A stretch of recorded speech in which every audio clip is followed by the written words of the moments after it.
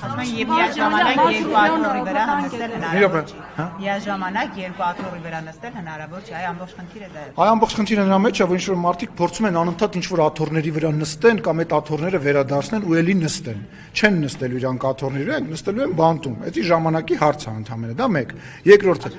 գոյություն ունի։ Կարող եք ասել, հա, աշխարհում գոյություն ունեցող մեկ երկիր, որ տենց ամբողջությամբ մի քաղաքական գիծ է վարում։ Տենց երկրները դադարում են գոյություն ունենալ։ Քաղաքական առումով այդ երկրները դառնում են ծայրագավառներ եւ դադարում են գոյություն ունենալ։ Դրա օրինակները հիմա չեմ ուզում բարձր բերեմ, բայց շատ վատ օրինակներ են։ Հայաստանի Հանրապետությունը բարի հարաբերություններ է ունենալու եւ ունի Ֆրանսիայի հետ, ԱՄՆ-ի հետ, փորձելու է իր հարաբերությունները կարգավորի Ռուսաստանի հետ, դա նորմալ եւ հասկանալի բան է, բայց չի նշանակում, որ Ռուսաստանը, ԱՄՆ-ն կամ որևիցե մեկը պետք է իրանց դրածոներին փորձեն ստեղ իշխանություն սարքել, պետք է իրանց